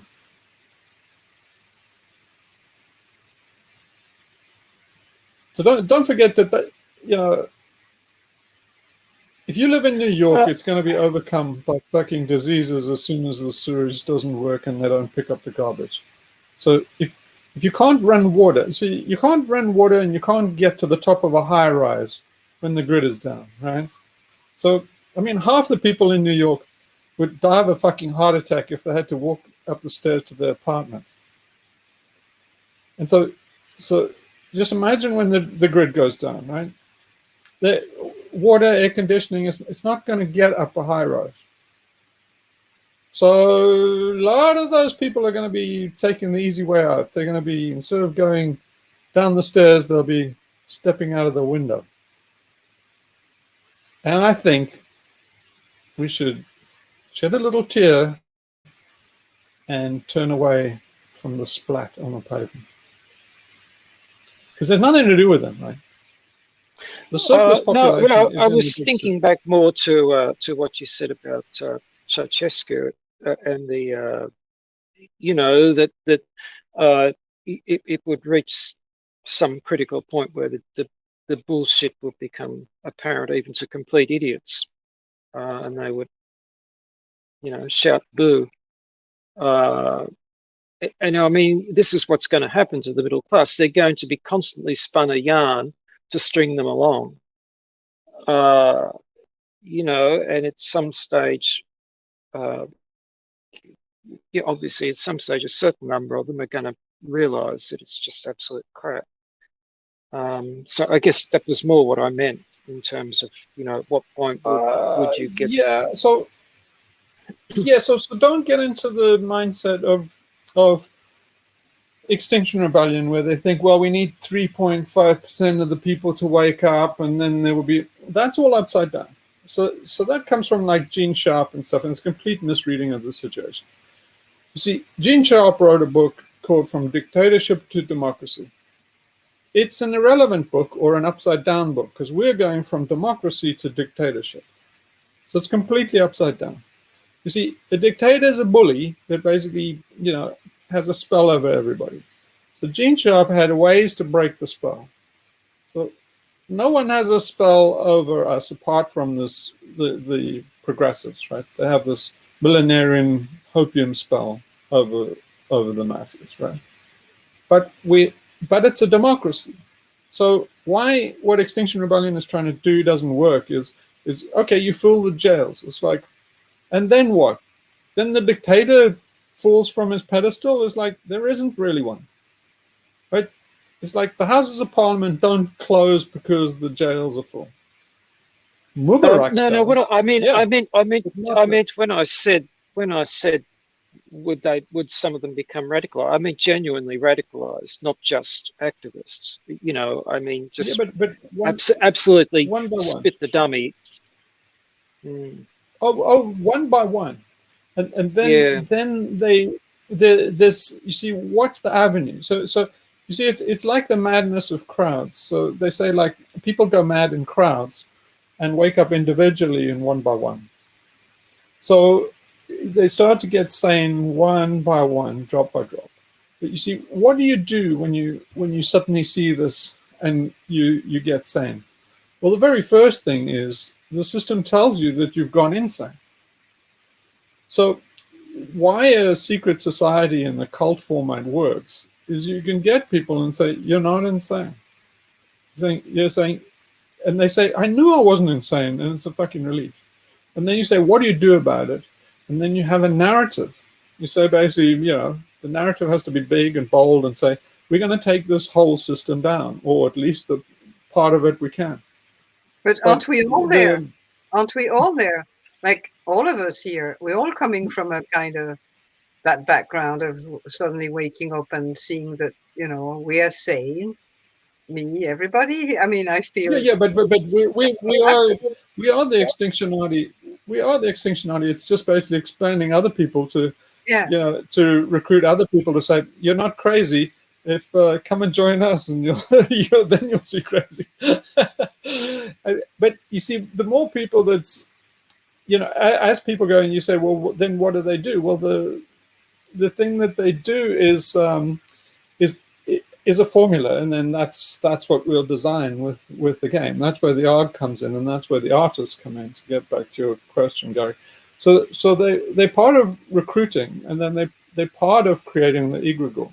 So if you saw in Bright Axiom, what I really liked about that is you see all those powerful totems that they have, like the statue that talks, and each one of these virtual characters and stuff that are really almost apparition. They're almost paranormal entities, and so those are very, very powerful. But what's so cool about them is they're parts of religion without religion. So there's no dogma, there's nothing to latch onto, there's no ideology to fight over or anything like that. It's all the trappings of religion, just as powerful and just as attractive and just as meaningful to people. with no substance, so that basically nobody starts getting dogmatic or something like that. So the idea is that you have structures and a religion, religion that isn't a religion, a hierarchy that isn't a hierarchy, Yeah, a as you cult that said, isn't a cult. the depth of loyalty that you could get to that is far going to exceed Yeah. what you would get to an abstract goal. It takes a little while. It takes a little while. I don't think anybody here has got it yet. But there comes a moment where if you do these things as fake things, what the power is that at some stage, well, you get epiphany. So to join the Extinctionati would take an epiphany, and but once you know there's epiphany after epiphany, and one of them is you start off with these kind of things like these religious totems as a kind of joke. It's if you look at it in bright action, everybody is taking it a bit tongue in cheek and a bit, fuck, this is pretty meaningful. So it's not enough of a joke to laugh at. And, in the meantime, you're getting all the spirit. So if you do those Jungian sand sculptures and stuff like that, you're getting all the deep spiritual experience, right? But it is a game, and you know that it's just play. Now, at a certain point, you get to is you kind of how can I describe it? You make this kind of leap. So how can I describe it? So okay, let me try my best. The leap is that you get religious. Okay, you start believing in that statue. I can't remember the name of it and stuff. The talks and stuff like that. You start to take it seriously, but at the same time as not taking it seriously. At some stage, there's this kind of a detachment where suddenly you don't need that stuff. You kind of like you're over your addiction because you can see it, you can take what you need from it, and it doesn't have any power. And then you see all of these things don't have any power. There's this kind of release from all of these things that we hold dear and hold as attachments. So what happens is you start playing everything as a game. So the whole thing becomes a giant game. And then you become a player in everything. See, the problem is in most of the world is these people they kind of like bad actors that have forgotten that they're in a play.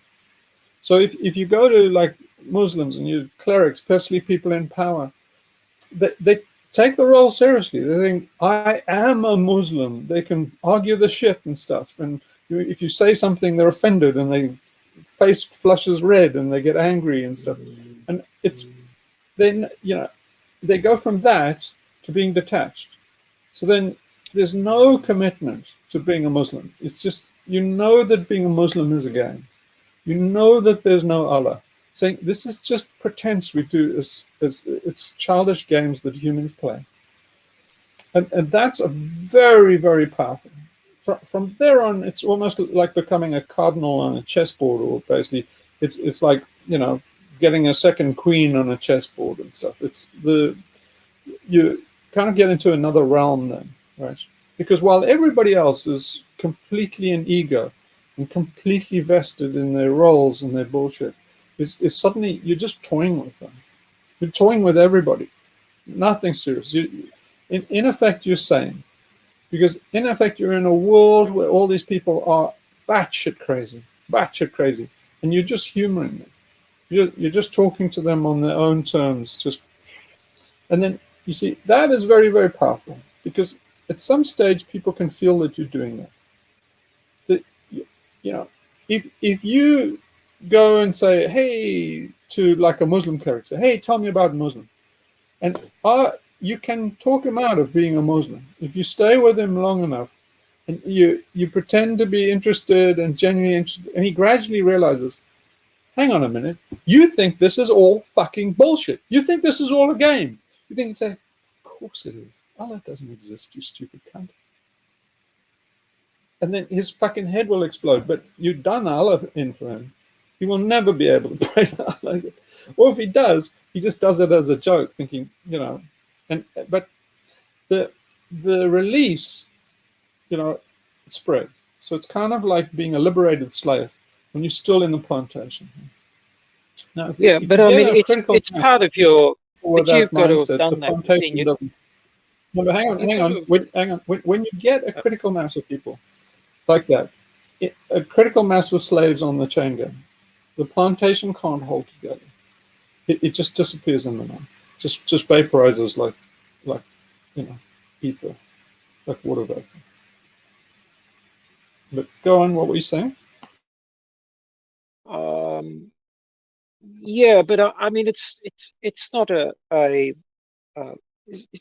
basically what you're saying is to get to that point, a person would have to have genuinely woken up, to really start seeing that they're just playing a game with everything. To have it to sort of subtract, to depersonalize it, or remove the ego identification from it. So it's still a big leap. I mean, at the bottom line is you're still saying, you're still saying that the key to everything is to wake up spiritually. Because that's what it is. There's going to be relatively few people get that or accomplish that. No, not really, because you see, it's infectious. You see, if you just did it one-on-one in an ashram up in the Himalayas and stuff, yeah, it's not going to go very far or very fast. But this is almost, sanity is kind of like a communicable disease, right? So when one person next to you gets it, people have a kind of an envy with like, they think like, how did this idiot get it? They know that the person got it, and almost instantly they can get it too. It can. Yeah, cascade, I suppose too. You could look at it in terms of some of the mythologies too, where well, I mean, even in a way, it's in the biblical things where there's sort of this acceleration towards the end.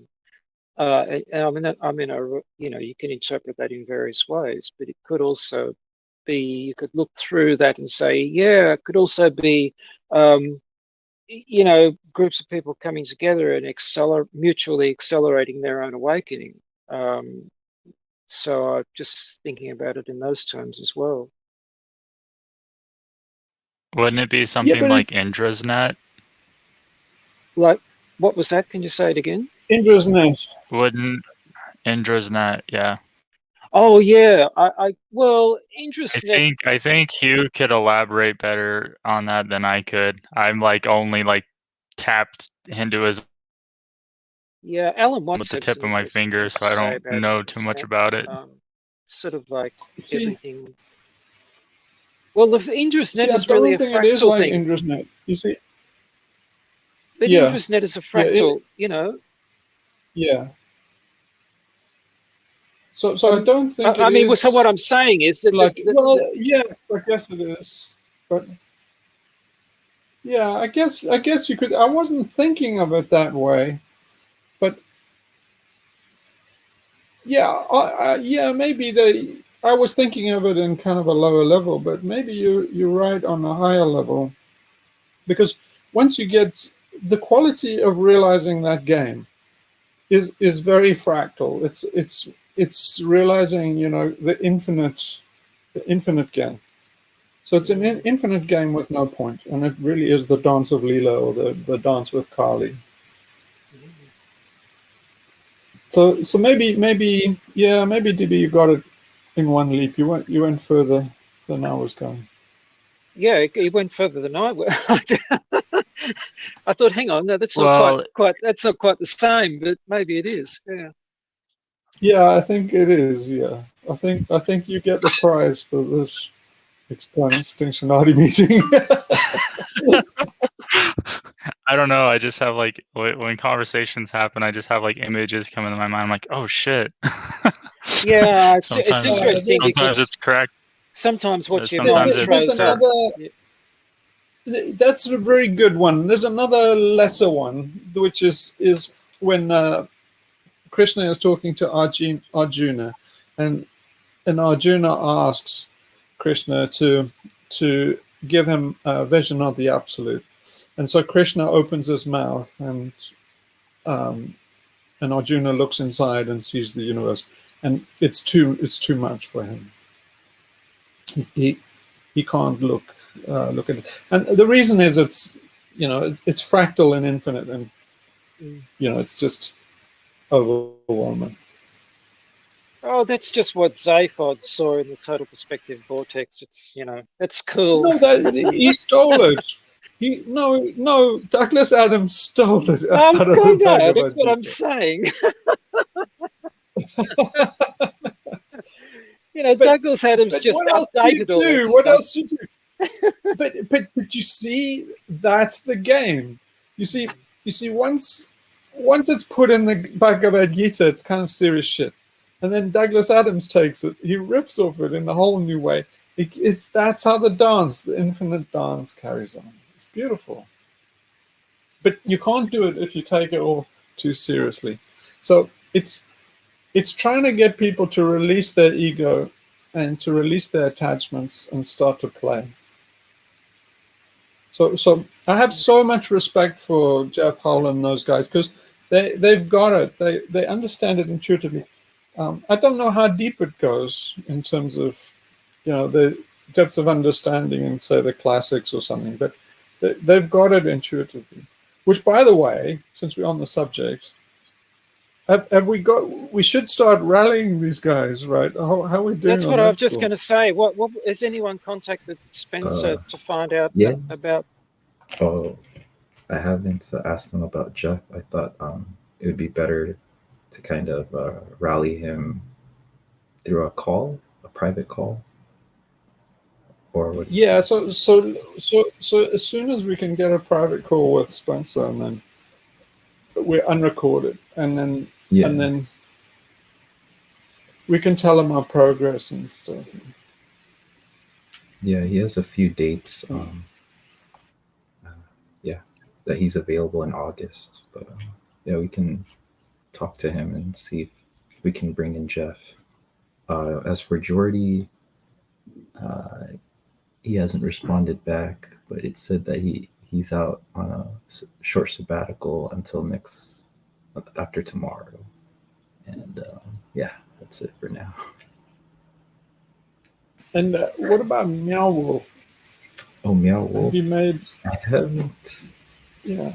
Don't know anybody who I should contact. I guess that's where to start. But Can I ask? I found a guy that I think is the founder. Yeah, I'll look it up. Yeah. Okay. Hugh, how do you spell that? Is that referring to that shop you were talking about? Is it? Yeah. How do you Meow spell Wolf it? is MEUW space Wolf. Okay, all right, yeah. I don't know much about it. I just wanted to, yeah. Yeah. Can we there stop is there? a That's movie been out there terrible. of the story. Okay, is it under that name? There is. Yeah, there's a documentary. I can't remember what the documentary is, but there is one that's where they told the whole story. Yeah, it's called Meow Wolf: The Origin Story, and it's okay. Yeah. Origin story. Yeah. Origin Story. All right. Yeah. Thanks. Okay, and I It seemed quite similar. I made you all after I've sent the message to Fonty. Yeah.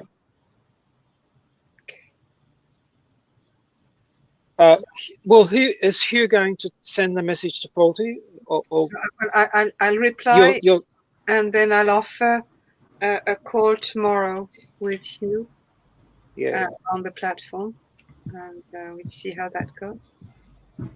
Okay. I think you might be better to arrange the specifics directly with him, because you're the one who's going.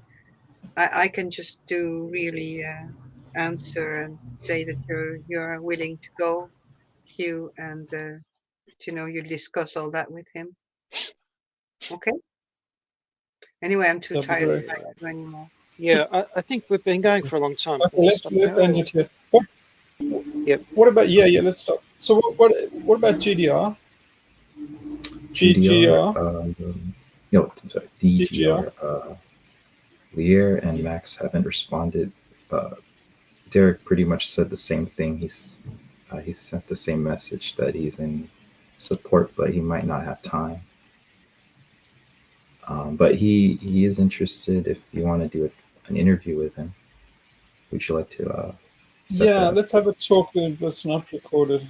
Not recorded. Okay, I can see. Yeah.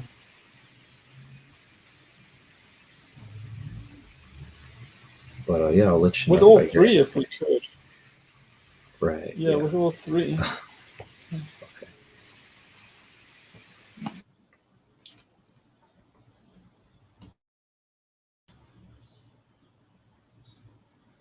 All right.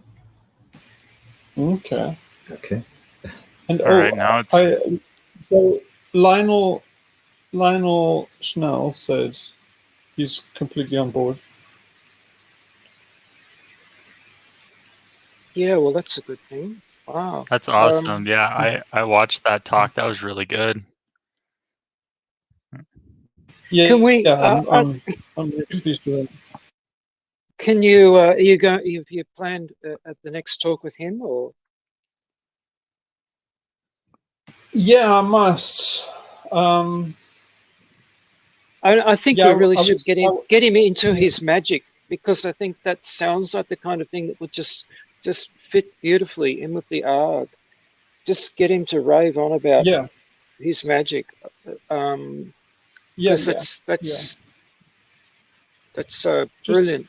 Just how to do a cult. I mean, I think how to do a cult is him and me. That's our contribution. Well, the cult thing that I read about, which really impressed me, which wasn't a death cult, it wasn't destructive. It was amazingly constructive. Was the Damanhur in Italy, Falco Terrasacco, and that was amazing what they accomplished, and they're still going, and that's not a terminal. I think that's a really that's an interesting example just to look at, and even Rajneesh as well, because in the end Rajneesh didn't end the way Jonestown and all the rest of it did. Everybody was pretty upset, but they were all okay, the Maharishi, yeah. I mean, he just left. And in what happened in Damanhur, I don't know. They got sprung because it was a big secret, and then it suddenly got found out what they were doing. But it didn't entirely fall apart. And even now that the cult leader has died, apparently it's still going. So Aurobindo and all of that. they were completely invested just in fantasy. I mean, it had all these incredible symbolisms and all the rest of it, but it was just a complete wallow in like, anything that was sort of Baroque and decorative, and they were completely into it, well, Aurobindo is the same, right?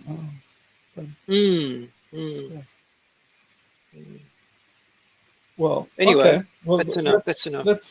Let's round it off. Right, so okay, let's just pause one time and just let everything go. Relax. Get grounded.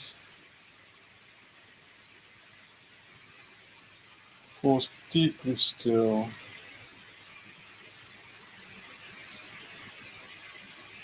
Connect to that silence.